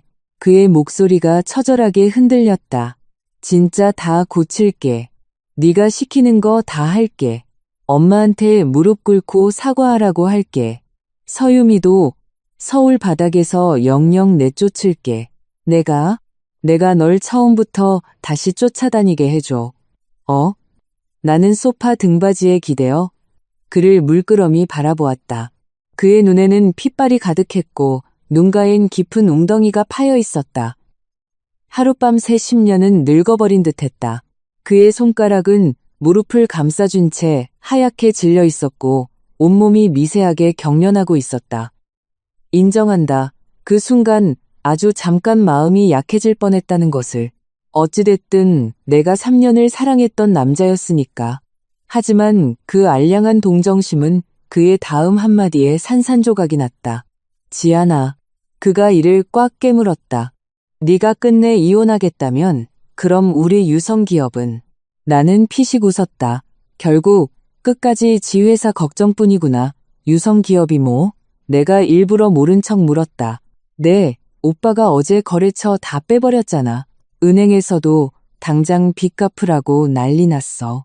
유경서의 목소리가 한없이 비굴하게 기어들어갔다. 지아나, 이러면 안 돼. 유성은 우리 아버지가 평생 피땀 흘려 일군 회사야. 네가 이러면, 내가 이러면 뭐? 내가 몸을 쏠리듯 앞으로 기울이며 그의 말을 끊었다. 네가 나보고 아래층 식당이나 가라고 했을 때, 네 엄마가 날 분수도 모르는 기집애라고 삿대질할 때, 네 여동생이 자기 속옷까지 나한테 빨라고 던졌을 때, 넌 속으로 이러면 안 된다고 한 번이라도 생각해 본 적 있어? 유경서의 얼굴이 하얗게 굳었다. 너희 유씨 집안 식구들이 나한테 어떻게 대했는지 네가 제일 잘 알잖아.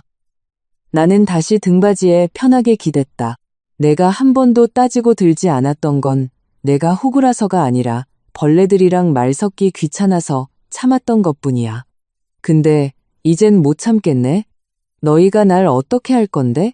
유경선은 고개를 푹 숙였고 어깨가 잘게 떨렸다. 그래서 그의 목소리가 갈라졌다. 복수하려고 날 부른 거구나. 복수? 나는 고개를 저었다. 아니, 내 걸 되찾아가려는 것뿐이야. 나는 이혼 합의서의 맨 뒷장을 넘겨 서명란을 툭툭 쳤다. 사인해. 유경서의 손이 덜덜 떨리며 펜을 쥐었다. 펜촉이 종이 위를 여러 번 헛돌았지만 온전한 이름 3글자를 적어내지 못했다. 조건이 하나 있어. 그가 갑자기 고개를 들어 나를 쳐다보며 말했다. 내가 사인하면 유성기업 건드리지 마. 넌 나랑 조건 따질 자격 없어. 내가 차갑게 내뱉었다. 지아나, 유성기업, 내가 먹어 치우려는 게 아니야. 진그룹 이사회에서 결정한 일이야. 유성의 핵심 사업 동반자들이 진그룹 협력사들인 거 몰랐어? 이제 협력도 끝났는데 너희 회사 현금으로 이주는 버틸 수 있을까? 굳이 내가 손대지 않아도 은행권에서 먼저 너희 목통을 칠 텐데. 유경서의 얼굴은 완벽한 잿빛으로 타들어갔다. 너. 입술이 덜덜 떨렸다. 너.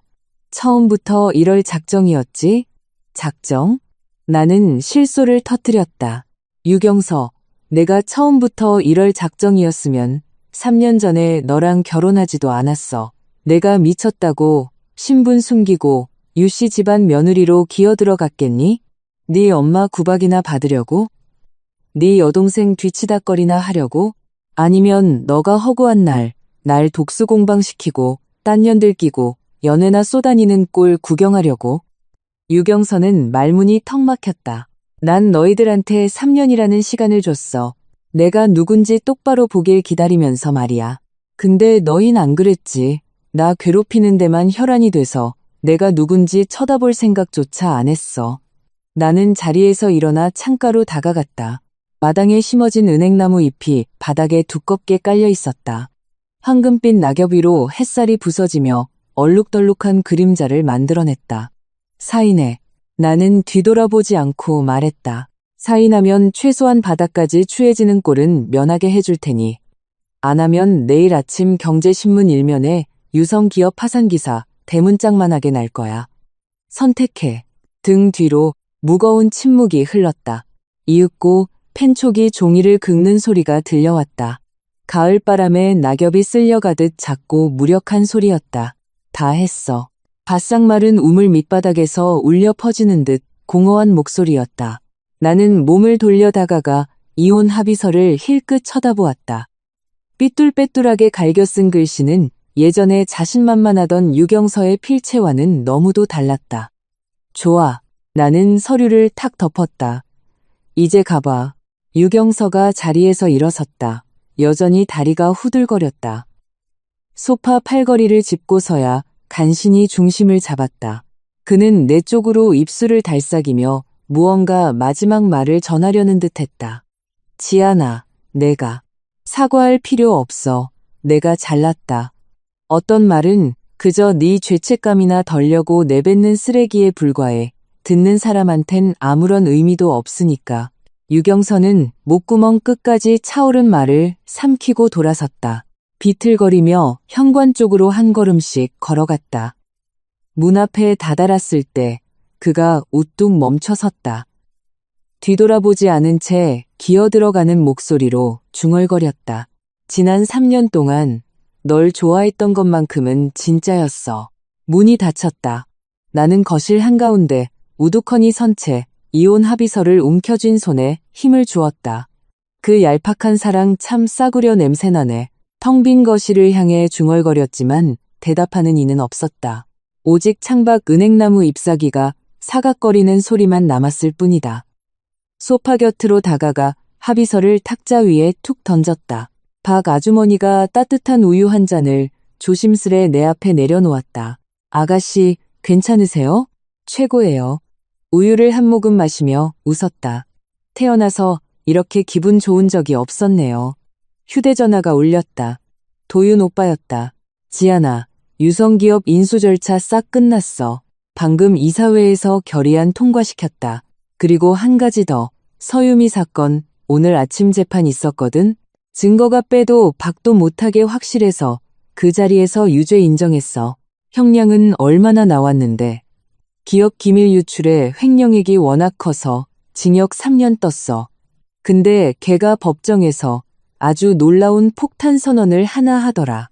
무슨 선언? 유경서 애를 임신했대. 휴대전화를 쥐고 있던 내 손이 멈칫했다. 법정에서 직접 말했다고? 진단서까지 들이밀었어? 근데 그 애가 진짜 유경서 핏줄인지는 까봐야 아는 거지. 걔 유성기업 다른 임원 2명이랑도 꽤 끈적한 사이였거든.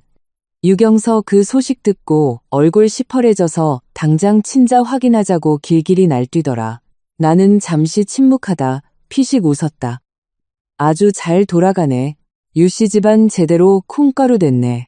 이게 끝이 아니야. 도윤 오빠의 목소리에 고소하다는 듯한 웃음기가 배어 있었다. 엄마가 오늘 저녁에 잔치하자고 축하주 까자신다. 일찍 들어와. 나 집이잖아. 알아. 그 집 말고. 네가 있어야 할 진짜 집 말이야. 이사회의실. 전화를 끊었지만 입가의 미소는 가시지 않았다. 창밖의 햇살이 너무도 눈부시게 마당에 황금빛 은행나무를 비추고 있었다.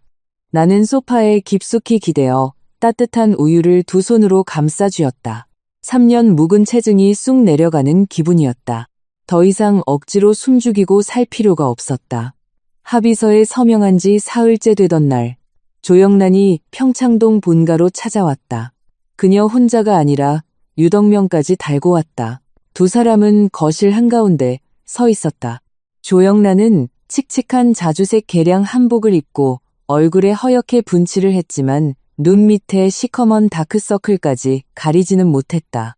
유덕명은 머리가 반백이 되어 어깨를 잔뜩 웅크린 채 자기 아내 뒤에 죄인처럼 서 있었다.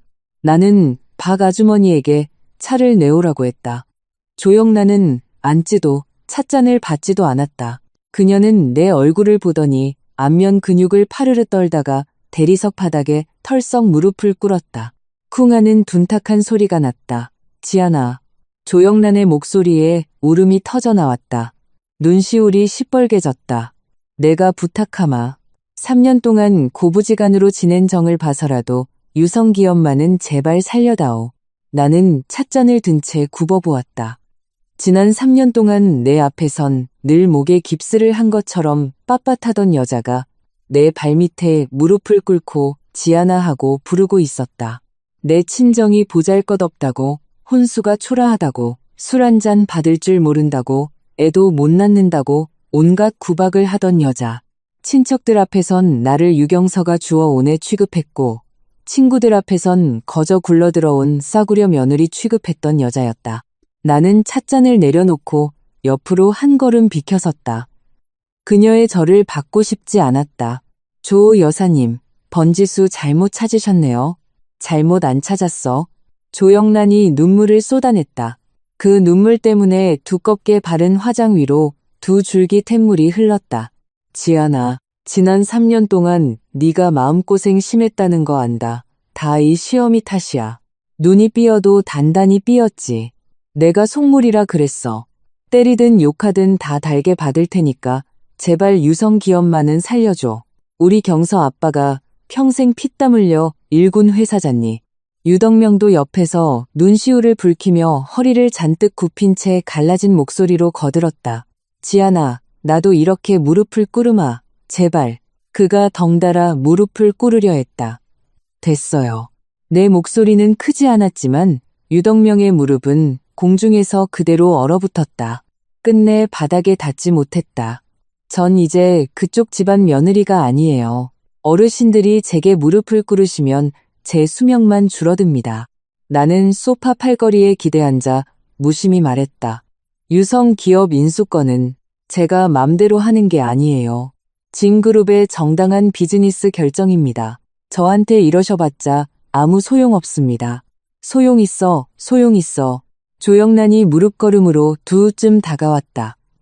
진 회장님이 내 친정아버지잖니. 네가 말씀드리면 다 해결될 일이야. 지아나, 원하는 게 있으면 다 말해라. 뭐든 들어줄 테니 고향집도 팔고 내가 가진 패물도 다 팔아서.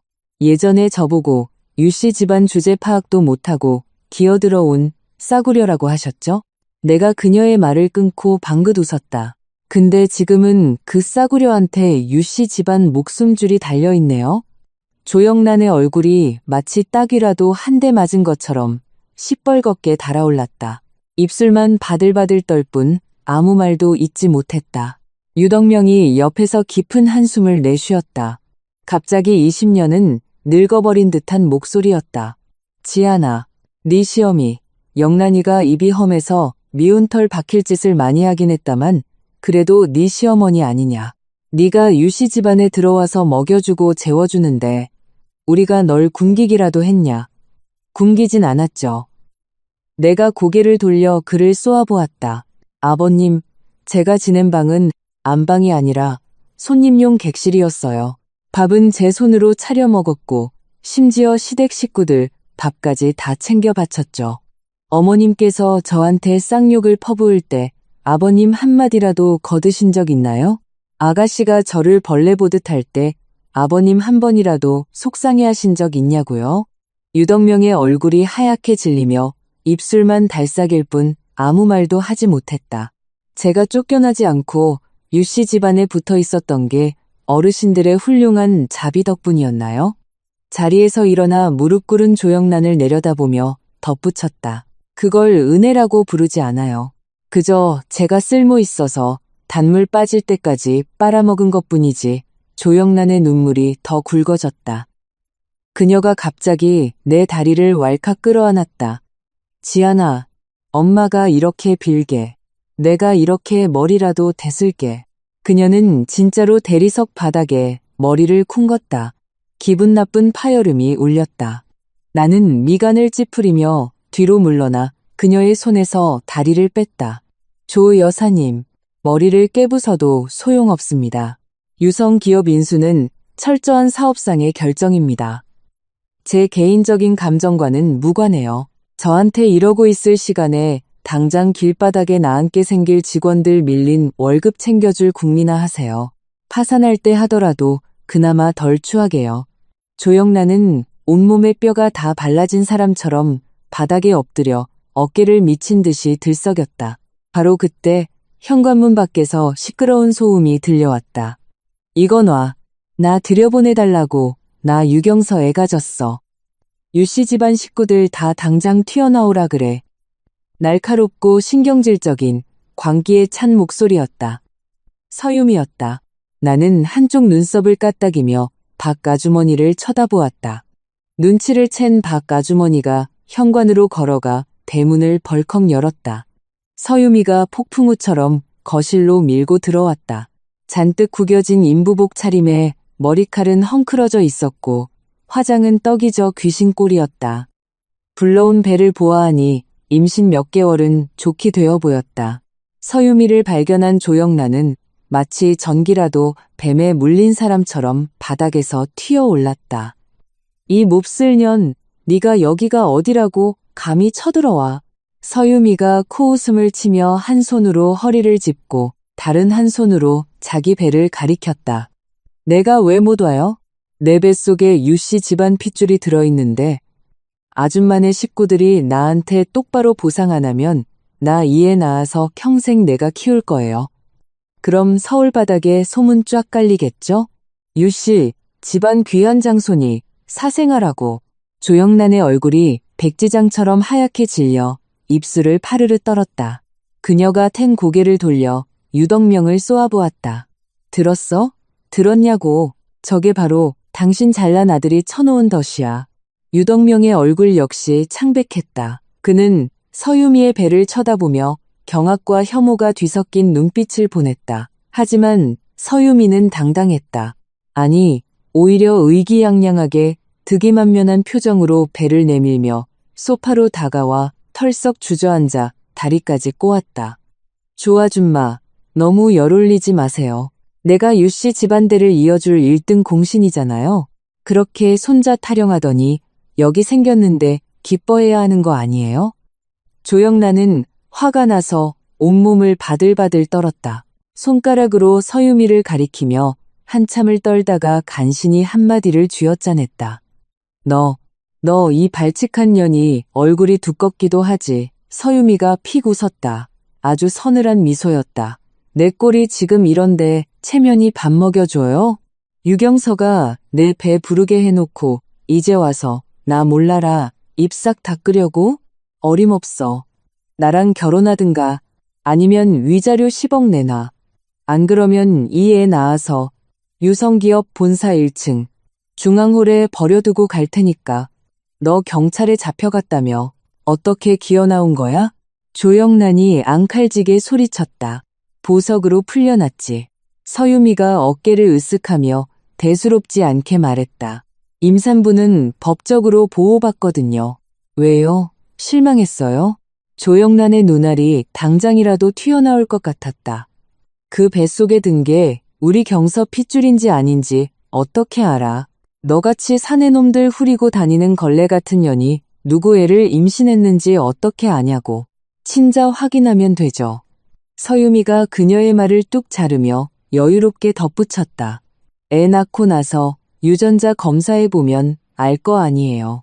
그때 가서 정말 유경서 애면 댁들 나 며느리로 모셔야 할걸? 조영란은 말문이 턱 막혀 얼굴이 시뻘겋게 달아올랐다. 나는 한 구석에 서서 이 한편의 막장 드라마를 흥미롭게 감상하고 있었다. 이 서유미라는 여자, 내가 생각했던 것보다 훨씬 더 재미있는 인물이었다. 유성기업이 쫄딱 망하게 생겼다는 걸 뻔히 알면서도 거머리처럼 들러붙어 피를 빨아먹으려 들고 있지 않은가. 머리가 텅텅 빈 멍청이이거나 아니면 진짜 믿는 구석이 있거나 어찌됐든 나와는 전혀 상관없는 일이었다. 나는 다시 찻잔을 들어 여유롭게 차를 한 모금 마셨다. 그때 서유미가 텐 고개를 돌려 나를 쳐다보았다. 복잡 미묘한 표정이었다. 주지한 씨, 꽤 똑똑하네요. 발 빼는 시기가 예술이네. 서유미 씨, 나 당신이랑 안 친한데. 나는 찻잔을 내려놓으며 가볍게 웃었다. 오늘 여기 진 그룹 본가엔 유씨 집안 식구들 찾으러 온 거잖아. 그쪽 가족들 다 여기 모여 있으니까 댁들 일은 댁들끼리 알아서 해결하세요. 화 안 나요? 서유미가 고개를 갸웃거리며 물었다. 내가 당신 남편 뺏고 당신 남편 애까지 가졌는데 나 찢어 죽이고 싶지 않아? 당신을 왜? 내가 피식 웃었다. 서유미 씨, 날 원망해야 할 사람은 바로 당신이야. 내가 진작에 진그룹 딸이라는 거 밝혔으면 당신이 유경서한테 비빌 틈이나 있었을 것 같아? 자기가 뭐라도 되는 줄 착각하는데 당신은 그냥 쓰다 버려지는 싸구려 장기말에 불과해. 유경서가 자기 마누라가 진국태 딸이라는 걸 알았으면 당신 같은 거 쳐다보기나 했을까? 서유미의 안색이 확 변했다. 그녀는 나를 3초간 빤히 노려보더니 갑자기 기괴하게 킥킥거리며 웃기 시작했다. 주지한, 네 말이 맞아. 그녀가 자리에서 일어나 자기 배를 툭툭 쳤다. 그러니까 난 지금 이거 하나에 목숨 거는 수밖에 없어. 유성기업이 망해가도 부자가 망하면 3년은 가는 법이니까. 어떻게든 내 살 길은 내가 찾아야지. 그 말을 끝으로 그녀는 뒤도 돌아보지 않고 현관을 향해 걸어갔다. 조영란 곁을 스쳐 지나갈 때 일부러 걸음을 멈추더니 그녀 귀에 대고 무언가를 조그맣게 속삭였다. 조영란의 얼굴에서 핏기가 싹 가셨다. 서유미는 승전보를 울린 장군처럼 당당하게 문을 박차고 나갔다. 조영란은 그 자리에 얼어붙은 듯 서 있다가 갑자기 미친 사람처럼 대성통곡을 하기 시작했다. 바닥에 주저앉아 대리석을 쾅쾅 내리치며 귀청이 떨어져라 비명을 질렀다. 아이고 내 팔자야. 우리 유씨 집안이 전생에 무슨 대역죄를 지어서 유덕명이 곁에 다가가 그녀를 부축하려 했지만 손을 뻗었다가 이내 거두어 버렸다. 그가 나를 쳐다보았다. 그의 눈빛은 애원으로 가득 차 있었다. 지아나, 제발 한 번만. 나는 자리에서 일어나 창가로 다가가며 그들에게 등을 돌렸다. 박 아주머니, 손님들 모셔다 드려. 박 아주머니가 다가와 유덕명에게 깍듯이 나가는 길을 안내했다. 조영란의 곡소리가 점점 멀어지더니 육중한 현관문 밖으로 완전히 사라졌다. 창가에 서서 마당의 은행나무를 내려다보았다. 잎사귀는 이미 절반 이상 떨어져 나갔지만 아직 가지 끝에 매달린 몇 잎은 금화처럼 찬란하게 빛나고 있었다. 거실로 돌아온 박아주머니가 조심스레 물었다. 아가씨, 괜찮으세요? 정말 괜찮아요. 내가 몸을 돌려 빙긋 웃었다. 태어나서 이렇게 홀가분한 적이 없네요. 휴대전화 진동이 울렸다. 유경서가 보낸 문자였다. 유전자 검사 결과 나왔어. 네, 아니야. 서유미가 날 속인 거였어. 나는 문자를 확인하자마자 삭제 버튼을 누르고 유경서의 번호를 연구수신 차단 목록에 넣어버렸다. 창밖으로 저녁놀이 천천히 지고 있었다. 하늘 끝에 걸린 구름이 붉은 황금빛으로 물들어 눈이 시리도록 아름다웠다. 2달 뒤 강남 한복판 상징적인 건물인 서울중앙회관 최상층 연회장은 화려한 불빛으로 눈이 부셨다. 오늘은 진그룹이 유성기업을 인수한 뒤 처음으로 여는 사업 비전 선포식이자 내가 진그룹 부사장으로 공식 취임하는 행사였다. 재계에 내로라 하는 유명 인사들 수백 명이 연회장을 발디딜 틈 없이 가득 메웠다. 나는 전신거울 앞에 서서 연회복 밑단을 한 번 더 매만졌다. 거울 속에 나는 쇄골이 시원하게 드러나는 검은색 벨벳 연회복을 입고 진국태가 선물한 다이아몬드 목걸이를 걸고 있었다. 머리는 단정하게 틀어 올려 길고 우아한 목선을 드러냈고 화장은 화려하지만 과하지 않게 입술은 강렬한 붉은색 입술 화장으로 포인트를 주었다. 3년 만이었다. 이렇게 온전한 나로 꾸민 것은 3년 전 유경서와 결혼할 때 조영란은 웨딩드레스가 비싸다며 남이 입던 철 지난 옷을 빌려 입게 했다. 결혼식 날 그녀는 내게 재혼하는 여자 꼴이 다 뭐냐며 타박했었다. 그때 나는 아무 말도 하지 못했다. 하지만 이제 나는 내가 입고 싶은 것을 마음껏 입는다. 지아나. 등 뒤에서 목소리가 들렸다. 돌아보니 도윤 오빠가 짙은 남색 정장을 빼입고 넥타이를 반듯하게 맨 채문가에 기대어 서 있었다. 멋있네. 내가 오빠를 위아래로 훑어보며 농담을 던졌다. 오늘 점 찍어둔 여자분이라도 있어? 내가 소개팅 시켜줄까? 쓸데없는 소리. 진도윤이 눈을 흘겼다. 아빠가 너 준비 다 됐는지 보고 오라 하셨어. 밖에 손님들 다 오셨다. 가자. 나는 도윤 오빠의 팔짱을 끼고 연회장으로 들어섰다. 우리가 문을 열고 들어서자 왁자지껄하던 연회장이 일순간 쥐죽은 듯 고요해졌다. 모든 사람의 시선이 내게 꽂혔다. 경이로움, 호기심, 아부, 그리고 뻔뻔한 탐색의 눈빛들. 나는 개의치 않았다. 주빈석에 서 있던 진국태가 나를 보고 손짓했다. 나는 그에게 다가가 곁에 섰다. 여러분. 진국태가 입을 열었다. 그의 목소리는 크지 않았지만 연회장 전체가 숨을 죽였다. 오늘 진그룹 비전 선포식에 참석해 주셔서 감사합니다. 오늘 이 자리에서 2가지 중대 발표를 하고자 합니다. 그는 잠시 말을 멈추고 장내를 쓱 훑어보았다. 첫째, 진그룹은 유성기업의 인수 및 구조 조정을 성공적으로 마무리했습니다. 기존 유성기업은 오늘부로 진첨단기술로 사명을 변경하며 제 아들인 진도윤이 대표이사 회장직을 겸임하게 될 것입니다. 객석에서 박수갈채가 터져나왔다. 둘째, 진국태가 고개를 돌려 나를 바라보았다. 자랑스러움이 뚝뚝 묻어나는 눈빛이었다. 내 딸 진지안이 오늘부로 진그룹 부사장으로 공식 취임하여 진첨단기술 및 해외사업 부문을 총괄하게 될 것입니다. 우레와 같은 박수 소리가 연회장을 뒤흔들었다. 나는 가볍게 미소 지으며 객석을 향해 우아하게 목례를 했다. 시선이 사람들 사이를 훑고 지나가다 문득 한 남자와 시선이 얽혔다. 유경서였다. 그는 연회장 가장 구석진 자리에 몸에 맞지도 않는 허름한 정장을 입고 서 있었다. 넥타이는 풀어 헤친 채 목에 대충 걸쳐져 있었고 뺨은 훌쭉하게 패어 광대뼈가 도드라져 보였다. 턱수염은 푸르스름하게 자라 있었고 온몸이 반쪽으로 줄어든 듯 초라했다. 그는 축하주 잔을 든 채 나를 바라보고 있었다. 푹 끓여 엉망이 된 죽처럼 끈적하고 복잡한 눈빛, 충격, 후회, 고통, 그리고 말로 다할 수 없는 알량한 미련까지. 나는 시선을 거두고 그를 2번 다시 쳐다보지 않았다. 발표가 끝나고 입식 연회가 시작되었다. 나는 축하주 잔을 들고 사람들 사이를 누비며 인사를 나눴다. 도윤 오빠가 내 곁에 바짝 붙어 누가 누구인지 어떤 고객을 특별히 챙겨야 하는지 귓속말로 알려주었다. 나는 모든 사람과 웃으며 건배를 하고 매끄러운 사교 인사를 던졌다.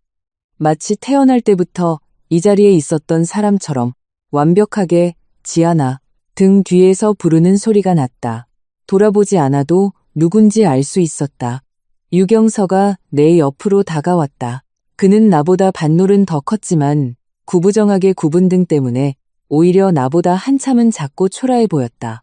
유경서 씨. 나는 몸을 돌려 예의 바르게 아주 기계적으로 미소 지었다. 오랜만이네요.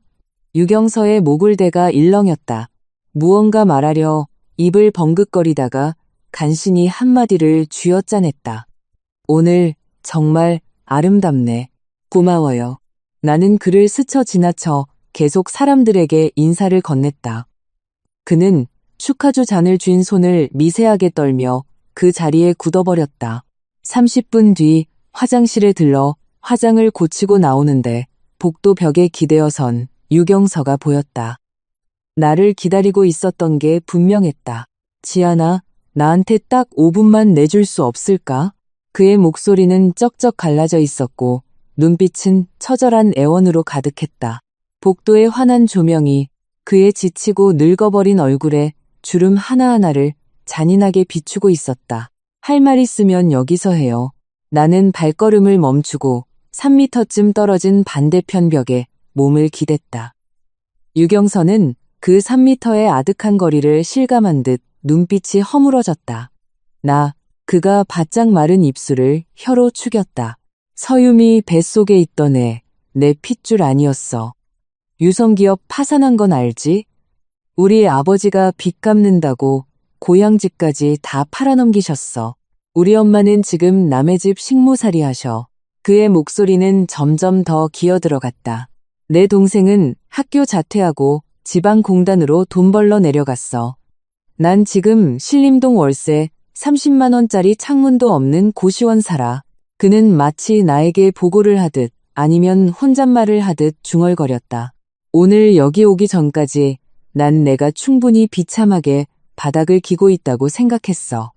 근데 부사장 자리에 서서 집중 조명을 받는 널 본 순간 뼈저리게 깨달았지. 진짜 비참함이 뭔지. 나는 묵묵히 그를 쳐다보았다. 지아나. 그가 번쩍 고개를 쳐들었다. 붉게 충혈된 눈시울에 물기가 서렸다. 내 인생에서 저지른 가장 멍청한 짓은 널 잃어버린 거야. 복도는 고요했고 저 멀리 연회장에서 희미하게 들려오는 왁자지껄한 소리만이 정적을 깼다. 붉어진 눈시울로 입술을 파르르 떠는 유경서를 보며 문득 3년 전 어느 밤이 떠올랐다. 그날 회식에서 잔뜩 취해 비틀거리며 집에 온 그를 소파에 눕히고 꿀물을 타다 주었다. 꿀물을 한 모금 마신 그가 갑자기 내 손을 잡으며 말했다. 지아나, 내가 돈 많이 벌어서 세상에서 제일 좋은 거 다 사줄게. 그때 나는 가슴이 따뜻해지며 어떤 수모를 겪어도 다 견딜 수 있을 것만 같았다. 지금 생각해보니 그가 말했던 세상에서 제일 좋은 것은 단 한 번도 내가 진정으로 원하던 것이 아니었다. 유경서, 내가 마침내 입을 열었다. 지독하게 차분한 목소리였다. 넌 날 잃어버린 게 아니야. 내 발로 걷어찬 거지. 그는 가슴에 커다란 돌덩이를 맞은 사람처럼 비틀거렸다. 네가 날 쫓아다닐 땐 내 다정하고 순종적인 면이 좋다고 했지? 네 엄마가 날 쥐잡듯이 잡을 때도 넌 내가 계속 다정하고 순종적이길 바랐어. 서유미를 가족석 중심에 앉혀놓고 나를 내쫓을 때도 넌 내가 다정하게 웃어넘겨 줄 거라고 믿었겠지. 나는 앞으로 한 걸음 내디뎠다. 굽 높은 구두 소리가 복도를 차갑게 울렸다. 근데 너 한 번이라도 생각해 본 적 있어? 내 다정함과 순종이 내가 바보라서가 아니라 널 꾹 참고 견뎌준 거라는 걸. 지아나, 난 더 이상 참지 않아. 내가 그의 말을 잘랐다. 내가 진국태의 딸이라서가 아니야. 그냥 넌 더 이상 참아줄 가치가 없기 때문이야. 난 남의 발밑에 짓밟히는 게 아니라 누군가의 손바닥 위에서 소중하게 대접받아야 할 사람이니까. 유경서의 눈에서 기어코 눈물이 뚝뚝 떨어졌다. 그는 텅 빈 허수아비처럼 고개를 푹 숙인 채 어깨를 들썩이며 오열했다. 나는 그를 마지막으로 한번 쳐다보고는 미련 없이 연회장 쪽으로 몸을 돌렸다. 진지한. 내 등 뒤에서 그가 울부짖듯 내 진짜 이름을 불렀다. 내 평생 2번 다시 널 만날 기회는 없는 걸까? 나는 걸음을 멈췄지만 뒤돌아보지 않았다. 유경서, 내가 말했다. 이미 끝까지 걸어간 길은 2번 다시 돌아갈 수 없어. 연회장 문을 열고 들어가자 다시 화려한 세상이 펼쳐졌다. 상류층 인사들이 축하주 잔을 부딪히며 우아하게 미소 지었고 종업원들이 바쁘게 오갔다. 방금 전 복도에서 무슨 일이 있었는지 아는 사람은 아무도 없었고 관심조차 없었다. 나를 발견한 도윤 오빠가 다가와 새 포도주 잔을 건넸다. 별일 없지? 물론이지. 잔을 받아 한 모금 축였다. 다행이네. 오빠가 내 어깨를 가볍게 두드렸다. 참, 아빠가 너 마음에 준비하래. 곧 계약 체결식 할 거다. 오늘의 주인공은 너야. 알았어. 나는 통유리 창으로 다가가 서울의 밤거리를 내려다보았다. 끝없이 이어진 차량 행렬과 번화가의 화려한 야간 조명이 도시를 보석처럼 수놓고 있었다. 3년 전 나는 내 신분을 숨긴 채 유씨 집안에 들어가 그곳이 평생 쉴 수 있는 안식처라고 믿었다. 3년 뒤, 그 가짜 안식처는 무너져 내렸다. 하지만 나는 그보다 훨씬 더 중요한 것을 되찾았다. 바로 나 자신이었다. 휴대전화 진동이 울렸다. 조영란 번호로 온 문자였다. 대충 훑어보니 옛날에 나한테 못되게 군 거 다 후회한다고. 시간 날 때 자기 좀 보러 와달라는 구질구질한 내용이었다. 강남구 어느 부잣집 식모로 일하는데 식구 10명이 넘는 집이라 매일 빨래하느라 손이 다 갈라졌다고 징징대고 있었다. 나는 일금 처리만 하고 가볍게 삭제했다. 연이어 문자가 하나 더 왔다. 유경서였다. 딱 짧게 6글자. 내 앞날을 빌어. 나는 그 문자를 3초간 가만히 내려다보았다. 그리고 망설임 없이 차단해버렸다. 통유리창에 내 모습이 비쳤다. 검은색 벨벳 연회복, 다이아몬드 목걸이, 선명한 붉은색 입술 화장. 축하주 잔을 든 나는 마치 이제 막 대관식을 치른 여왕 같았다. 지아나, 아빠가 저만 치서 나를 불렀다. 계약 체결식 시작한다. 가요. 나는 몸을 돌려 붉은 벨벳이 깔린 단상을 향해 구두를 또각또각 밟으며 걸어갔다. 내딛는 걸음마다 흔들림이 없었고 내 흔적은 명확했다. 내 등 뒤로는 찬란한 수만 개의 불빛이 일렁였고 내 앞에는 오롯이 나만의 길이 펼쳐져 있었다.